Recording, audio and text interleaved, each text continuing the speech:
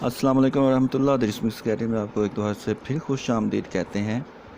आज मैं लेके आया हूँ आपके लिए मुल्तानी मिट्टी। मुल्तानी मिट्टी क्या होती है, ये किस तरह काम करती है, इसके नुकसानात क्या हैं, इसके फ़ायदे क्या हैं, ये मैं आज आपको इस वीडियो में बताऊँगा। और दूसरा, कई लोग पूछ रहे थे कि मुल्तानी मिट्टी जो होती है वो असल कैसी होती है और इसकी पहचान क्या है। मुल्तानी मिट्टी जो असल होती है वो आपको पंसार की दुकान से मिलेगी। ये डेले की शक्ल में होती है, इसको आप बारीक पीस के पाउडर बना लेते हैं।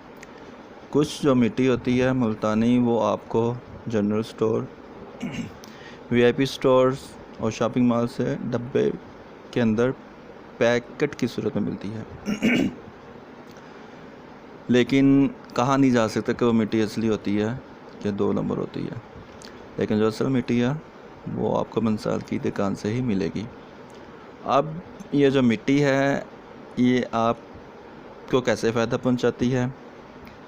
जिन लोगों की जिल्द ऑयली होती है उनके लिए तो बहुत ही फ़ायदेमंद है। अगर आपकी जिल्द ऑयली है तो इसे ऑयली है, इतनी ज़्यादा ऑयली है कि 30 मिनट के बाद दोबारा ऑयल आ जाता है, तो आप इसको रोज़ इस्तेमाल कर सकते हैं मुल्तानी मिट्टी को। और अगर नॉर्मल है या सेंसिटिव है, यानी कि सेंसिटिव है, तो हफ्ते में 2 बार इस्तेमाल करना मुनासिब है, क्योंकि ये स्किन को टाइट करती है और मैल कुचैल निकाल देती है। अब मैं आपको बताता हूँ कि जो ऑयली जिल्द है उसके लिए आप मिट्टी को किस तरह इस्तेमाल कर सकते हैं। अगर आपकी जिल्द ऑयली है तो इसके लिए आपको सिर्फ एक चीज़ की ज़रूरत पड़ेगी, वो है टमाटर, जिसको आप लोग टमाटो भी कहते हैं। अब करना ये है कि आपने टमाटर का जूस लेना है। जूस जो होता है वो खालिस हो, यानी कि टमाटर को ग्राइंडर में ब्लेंड कर लें आप इसे, और इसे बाद में किसी से मलमल के कपड़े से या चाय पन्नी जो होती है उसे छान लें। इसका यह फ़ायदा होगा कि बीज जो होगा या पल होंगे वो उसमें रह जाएंगे। और अब आपने मुल्तानी मिट्टी को लेना है, उसे आपने पाउडर की शक्ल में बनाया होना है। उसमें से 1 चम्मच आपने मुल्तानी मिट्टी का लेना है और 1 चम्मच आपने टमाटर का जूस लेना है। अब आपने इसको इस तरह सा पेस्ट बना रहता है जैसे आप आटा गूंदते हैं ना, वैसे आपने बनाना है, लेकिन इसे थोड़ा सा ढीला रखना है और इसे अपने मुंह के ऊपर लगा लेना है। अब आप देखेंगे कि आपकी जिल्द के अंदर जो भी ऑयल होगा या मैल की चेहरे होगी, ये मुल्तानी मिट्टी उसे बाहर निकालना शुरू कर देगी। तो उसके बाद आपने साफ़ पानी से इसको अपने मुंह को धो लेना है और दूसरे दिन फिर यही अमल करना है। आप मुसलसल ये अमल करते रहेंगे तो आपकी जो जिल्द ऑयली है वो बिल्कुल ठीक हो जाएगी।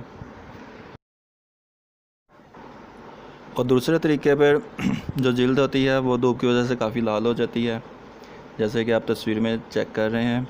अगर आपकी जिल्द के साथ ये मसला है तो आपने मुल्तानी मिट्टी का पाउडर लेना, उसमें गिरी का तेल जिसे कोकोनट ऑयल कहते हैं, इसे मिलाकर एक पेस्ट बना लेना है और इसको अपनी जिल्द के ऊपर अप्लाई करना है। इसे कुछ देर लगा रहने देना है। जब आप देखें कि आपकी जिल्द टाइट होना शुरू हो गई है तो इसे साफ़ पानी से धो लें, और ये इस मसले का भी बहुत प्यारा हल है। और तीसरे नंबर पर इसका यह फ़ायदा है कि अगर आपकी जिल्द में दाग हैं, धब्बे हैं, पिंपल हैं, काले दाग हैं, रैशेस हैं, यानी कि धूप में जिल्द के ऊपर जो मांस सा बन जाता है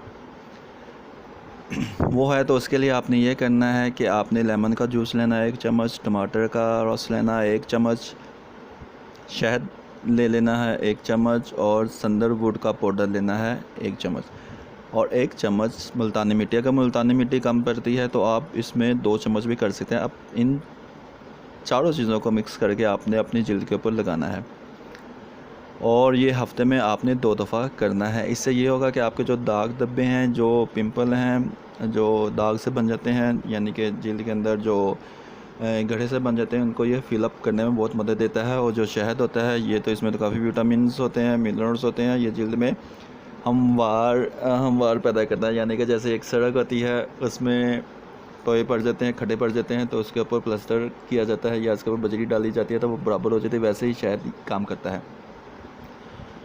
और जब आप इसे इस्तेमाल कर लेते हैं तो इसे साफ़ पानी से सीधा धो रहे हैं। अगर आपको फ़र्क महसूस होता है तो इसे दोबारा इस्तेमाल कर सकते हैं। अगर फ़र्क महसूस नहीं होता तो आप फिर ये टोटके इस्तेमाल ना करें।